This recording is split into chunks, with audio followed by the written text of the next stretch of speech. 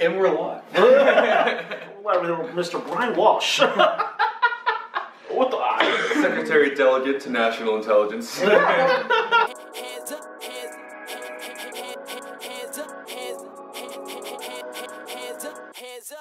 What's going on, guys? Your boy George over here, and Mr. Brian Walsh is back. Like always. Back at it. Back to back like Drake. I don't know. That was bad. Back to back like 96, 97. Whoa. Actually, yeah. Wait, did you get that right? Oh, yeah. 96, 97. Oh, yeah, duh. Okay, cool. Shout out to MJ. I could have said 86, 87. It still would have been like technically right. It's still back to back, but. Yeah, I mean, you could have said 2001, 2002. Like, there's a lot of them, bro. You could have done anything that was really consecutive. could. Yeah, man. I mean, we can even do the Warriors. Damn. No. That's like. It's next level shit. Hey, a random question. From 2010 to this year, for NBA Finals, which do you think's been the most intense? Just random That's question. tough. I mean, been a lot. Like, okay, well, the Cavs Warriors 3-1 will always be. That was huge. Historic. Never has happened before. It may never happen again. No, I think that was like. I think so. At least from my memory. I don't remember too much of like. I remember the Mavericks winning it. Yeah, like that was huge because it was all about LeBron and Wade and Bosh. Everyone thought, they're going to easily take it. Then the Mavs pull up with the upset. And they were a late seed too, right? Yeah, I want to say something about that year, 2011 for the playoffs. Remember, Lakers, they were back-to-back champions. They were defending. And the Mavs swept them. So if you think about it, the Mavs that year swept the Lakers in the semis, the defending champ with Kobe and Gasol and everything, went to the finals, and they beat LeBron. Dirk and the Mavs beat LeBron in the Big Three. Like, I feel like Dirk doesn't get enough credit. Oh, no. I mean, that team, it's kind of insane what they're able to do. But yeah, dude, like, I mean, Dirk, I feel like he just doesn't get enough credit. And I feel that he should because, I mean, he beat two of the greatest teams that season, basically. Yeah. Because, okay, didn't they beat some other, like... They beat the Thunder. Didn't they beat the Thunder in the Western Conference Finals, right? Maybe the Thunder, this is back when they had their own Fab 3 or Big 3. Yeah, and I'm just like, hello, like... I mean, I feel like he does get credit, but like I feel like after that team doesn't get enough credit, especially considering like that. Did you know that the starting five? Do you remember? J-Kid, Jason Kidd, the one, right? Okay, I just know Kid and Dirk. Honestly, Dirk was at the 4, Tyson Chandler at the 5. Oh man, Peja Stojakovic at the 3. I don't even. And I forgot who was. I forgot who was at the 2, but Jason Terry was the 6th man too. And then they had and Sean Marion. There it is. Yeah, and they had Sean Marion. Like, bro, you had to watch B squad and Brendan Haywood. He was like, and that was the year Barea like came out of the nowhere. JJ Barea, like that team was. Dude, I would never forget when Bynum elbowed him. Did you remember that scene? Did you ever see that highlight? When they were getting swept, it was Game 4, basically like the last game. It was in Dallas. Dallas was hyped. Lakers were getting smashed. It was a hard game to watch. Yeah, and at the end, JJ Barea, Andrew Bynum, 7 feet. JJ Barea. Like what, 5'7". JJ Barea, 5'7". Hello, remember. Andrew Bynum, 7 feet. Was Bynum like posting him up or what? No, sir. JJ Barea, this is like 4th quarter, the game's over. Yeah. Lamar Odom, I think it was before, he already got ejected because he hurt somebody else. Because they were just mad. Lakers were just being sore losers. Even though I'm a Laker fan, I was mad too, but damn, they just got really pissed off. JJ Barea drives down the middle lane, up for a layup. Bynum just comes up and elbows him, and you just see Barea just drop down like a fly, bro. So if you guys saw that game, you know it was pretty hard to watch. But poor JJ Barea right now too. I think he's out for the season. Oh yeah, he's having surgery. I think it was Achilles. I think it was Achilles. Yeah, it was Achilles. That's tough. And luckily he's small, so like it wouldn't be as detrimental as like. I've seen the Dallas in real life. Like that was the last Laker game I went to. They played the Lakers, but this was like 2014, I believe. So Dirk was still like good. Yeah, and I saw JJ Barea. I'm like, bro, like, he looked like our height. he looked hella small compared to that was when Dirk was like still like able-bodied. Like if you watch him play this season, it's sad. Like not that it's sad watching him play, but it's sad watching him run. You know what's It's the legs are in. He's like shuffling, man. He hit someone with or he did a pump fake on. Someone hit someone's pump fake. That's the ball. Bro, he went here and he had the pump fake. Sure. And he was like, huh. So like by the time he was reset, like the guy still kind of contested it, but it was just like. Why is he so stupid? Because he can't move. His dude probably got arthritis on his whole goddamn body. Dude, this just made me think of a question, and this is for you guys too. Which player is harder to watch just because the way they move and run? Dirk Nowitzki or Tim Duncan? I would say Dirk, dude. You think so? Because Tim Duncan's so like. At least Tim had his footwork like all the way through. But he was such a hunch. Yeah. Just Dirk now is like, we're talking like in their latter years.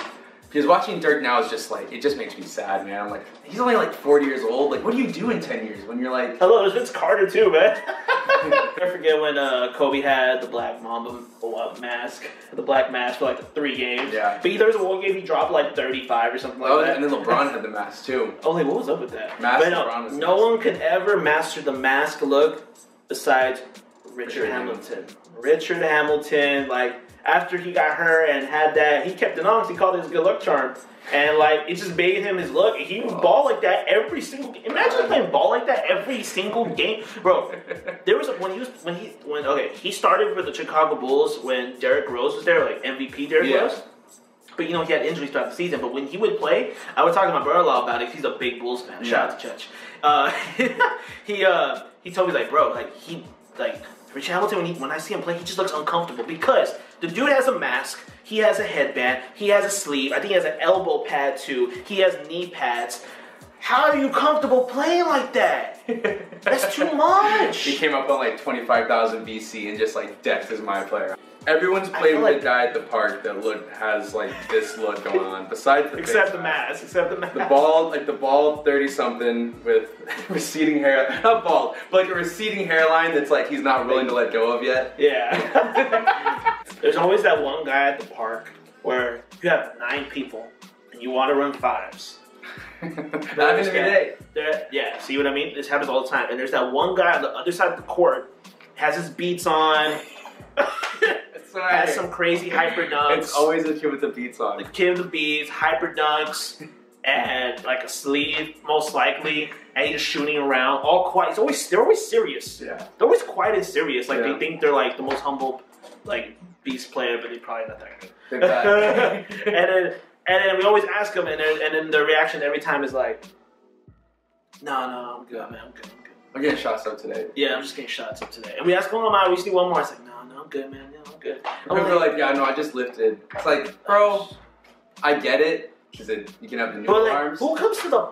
I mean, I can't say this, but for regular people like us, not NBA players, who comes to the park, like, all suited up with a sleeve, like some freaking Under Armour leggings, I don't know what to call it, but those things, headbands, some beats, and you're just going to come shoot around.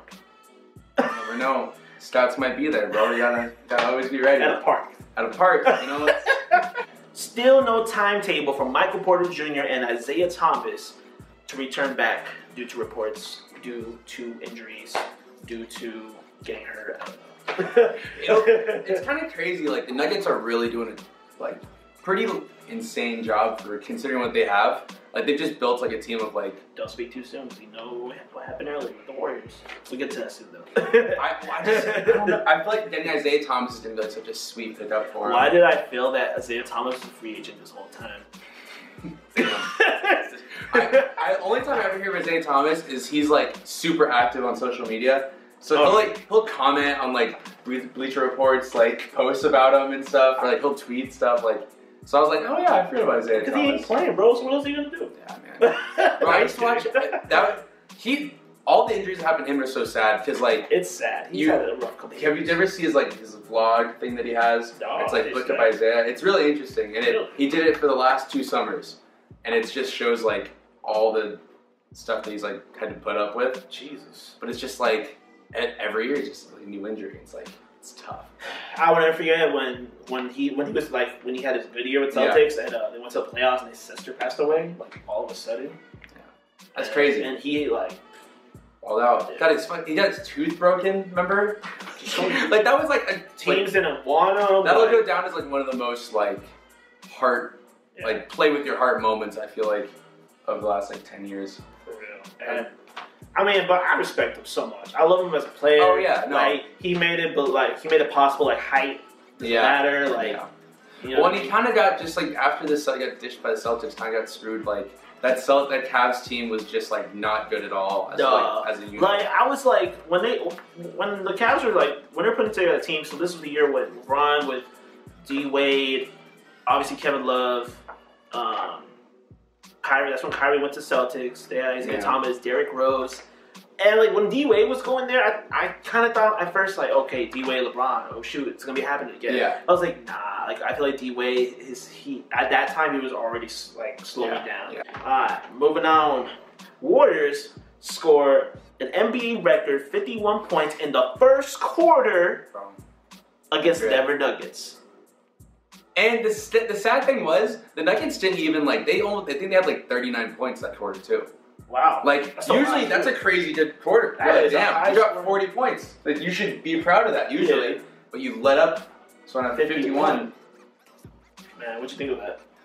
Bro, it's like, I mean, that's like where the league's going now. Like, you're having 150 point games. It's all high scoring games now. And I mean, it's cool. I guess it's cool to watch. But do you ever get tired of just like seeing the players just shoot threes? Yeah, I mean, for sure. Yeah. Like, I feel like I get tired of that too sometimes. I'm just like, do some more like, I don't know, ball movement. Yeah, you know? Yeah. I mean, that's why I love watching this. Sorry, I keep cutting you off. No. I just see a lot of guys like settling now, and it's like because everyone's working on the 3-pointer, right? Which is like it's good. People are trying to feel more well-rounded. The fives are shooting threes now, but now everyone's got a green light, so people are getting shots off with like 15 seconds left in the shot clock, like consistently. Yeah. So it's just back, forth. When I watched like Houston, they played today. Excuse me. Yeah. Sorry. Houston, they played today against Brooklyn, and man, like I was watching the highlights. Most of their offensive like highlights I've seen were like just threes. Yeah, and besides Harden driving down the lane. Yeah, I feel like that's why we see so many blowouts this year too. Like a lot of like 40-point blowouts, like more than usual at least. Yeah, because it's like teams are just scoring more in general. But if you're playing that way and you're off, like you're screwed because if you're just jacking up shots left and right. And just no one's hitting, you're turning the ball over a lot quicker. You're just gonna let them store even more points. So it's. Do you think? Correct me or tell me if this is like maybe a stupid question, but do you think it's pretty obvious that the Warriors started that? Yeah, I mean, yeah. Because I mean, can you think of a team that shot as much as the Warriors before they came up? Well, no, I don't think anyone had a better guard duo, like shooting guard duo. Not ever, but like. Yeah, who else was there? Like everyone else had there's good shooting guards, but there's never a crazy good shooting guard and a point guard who's shot. You know what I mean? His Clay was their catch and shoot for so long. He still is. Splash Brothers, bro. And then you got Steph that can just dribble around and shooting freaking like half court threes. Bro, I think it was against the Clippers. Like he went just dribbled between three players, came around, and then just turned around, faded away. It looks like he just throws it up. Yeah. And he just drains them. Like, it's got to feel amazing to be that good. Like, I can't imagine. Like, it was at that point where he was just doing it like nothing. Like, he just knew every shot was going in. Yeah. And he's still at that now. But now, you see everyone else is kind of, working on their jumpers. So it's cool the game's catching up. Because they're trying to match up to the Warriors. You know, small ball is a new thing now.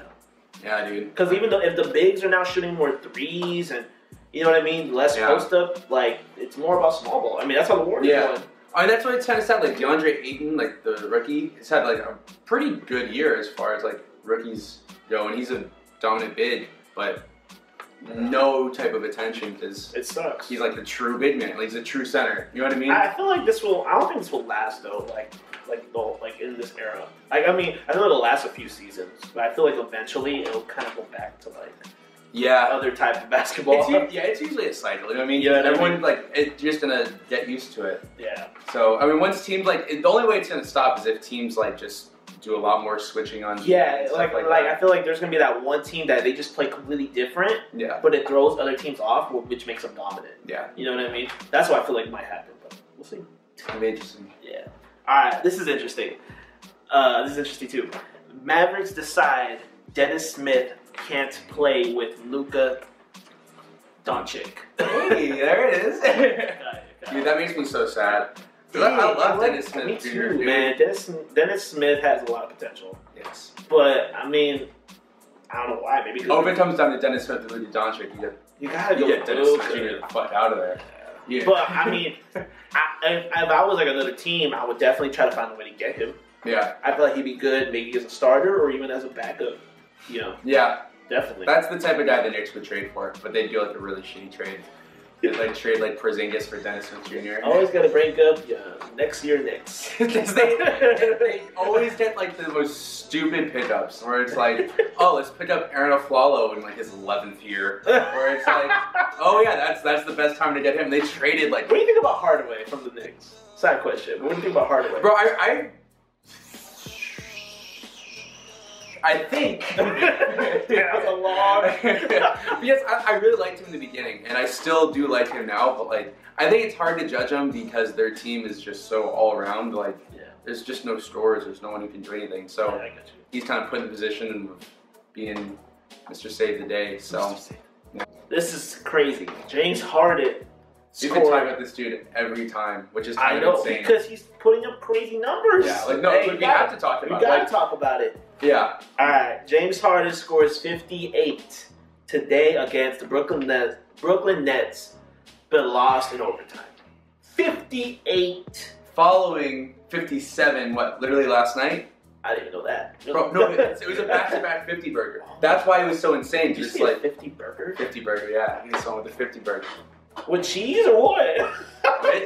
He was throwing some cheese on there. It was animal style, dude. That's what he did. He put the cheese, the grilled onions. He was cooking, bro. It was. Oh yeah, he cooked. He was cooking. Jesus. All right, you were saying. But no, like, I just can't imagine like.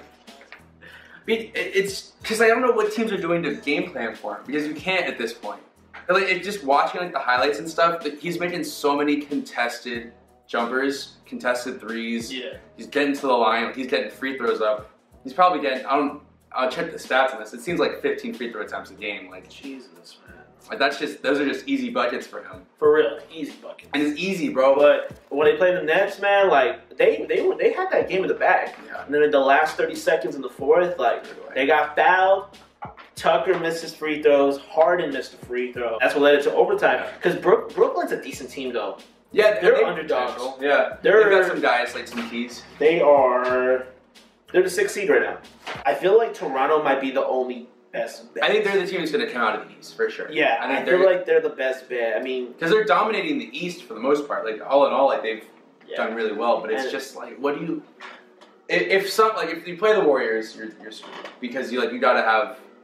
You have Kawhi on KD, so maybe KD will have like less productivity. Yeah, but Lowry on Steph, fine. But okay. I don't know. I don't see that. 7 games. That's the thing is like it's not just one game you have to play that's good. You have to last 7 games with these dudes, and it's like. But they have Ibaka too. Yeah, and they're just so deep now. Like they get Boogie back in a week, Marcus Cousins.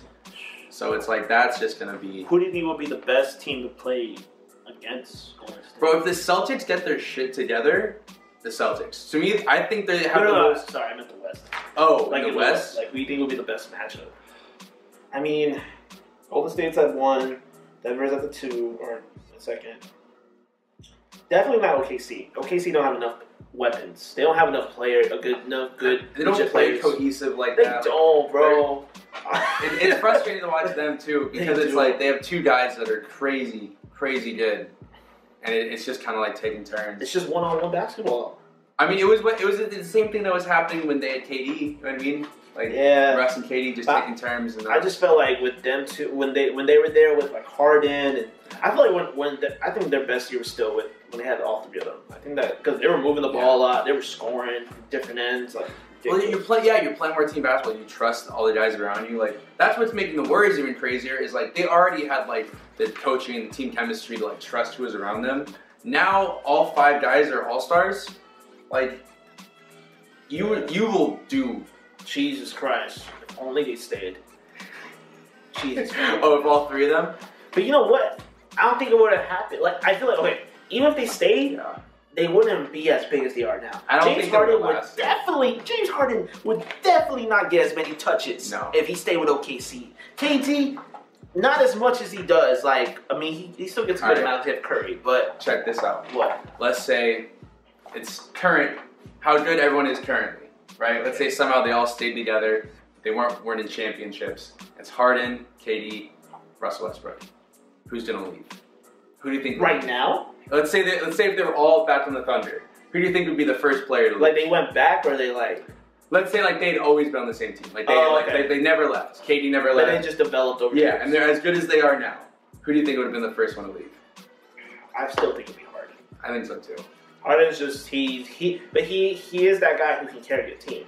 Offensively, defensively a little bit. But what I mean as carry, like, he's just scoring. Like, he could pass, but he mainly just scores. Yeah. And I think he's the most well-rounded of those 3. Yeah. Honestly. Yeah, I feel like he has more offensive, like... And I love Russ. I love watching Russ play. KD actually has really, like, underrated defense. If you watch those series, the final series against LeBron... He plays a decent deal on LeBron. Bro, he was clamping them up in some games. like bad.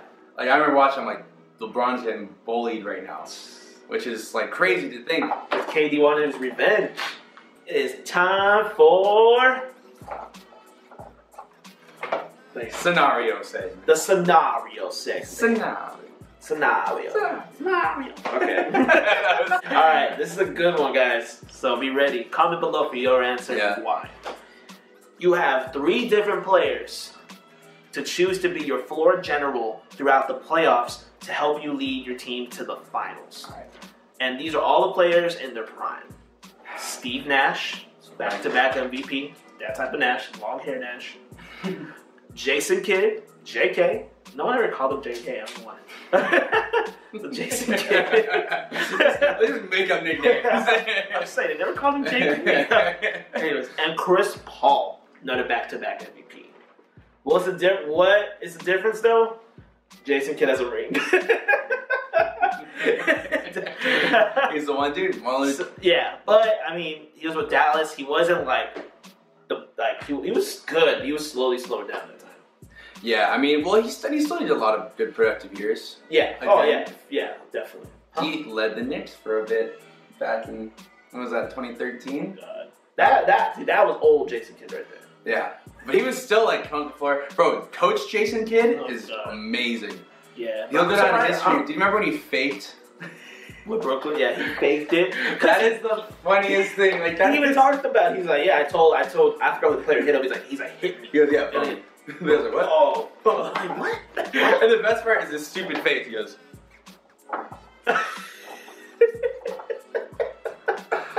He's like walking over it, spreading it with his feet. God, him and like... I'm sure the refs were just like...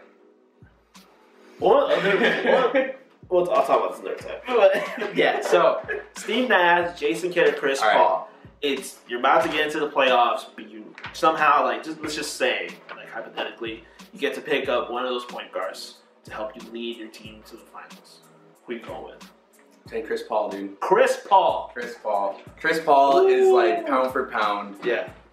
One of the most efficient and true point guards, I feel like, in the league right now.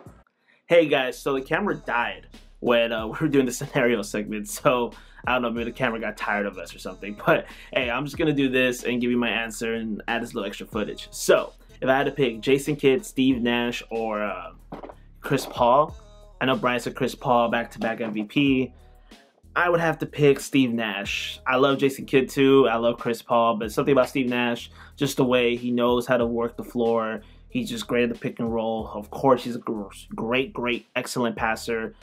He can shoot the 3. He's an excellent defender. I feel like he's a leader too, like verbally. Verbally, I feel like he's a leader, and I feel that he could just really lead the team. I know he's never gone to the finals, but I feel that maybe if I was like the owner, let's say, and I was putting a team together, and if I got the right players around him, I feel like they would go to the finals. So that's my answer. Steve Nash as the floor general to take me to the NBA finals. All right, guys, appreciate it. Well, that wraps it up for We Talkin' Hoops today. Thank you again for watching. You already know, hit the subscribe button, like the video, dislike it, comment. Any feedback is good feedback. Good feedback. You should just start like anti-promoting. Anti-promoting. Like, hit that dislike button below. Hit that dislike. Just get like 400 dislikes. But we got a lot of views. That's something. But yeah, y'all, appreciate y'all watching. Until next time, We Talkin' Hoops.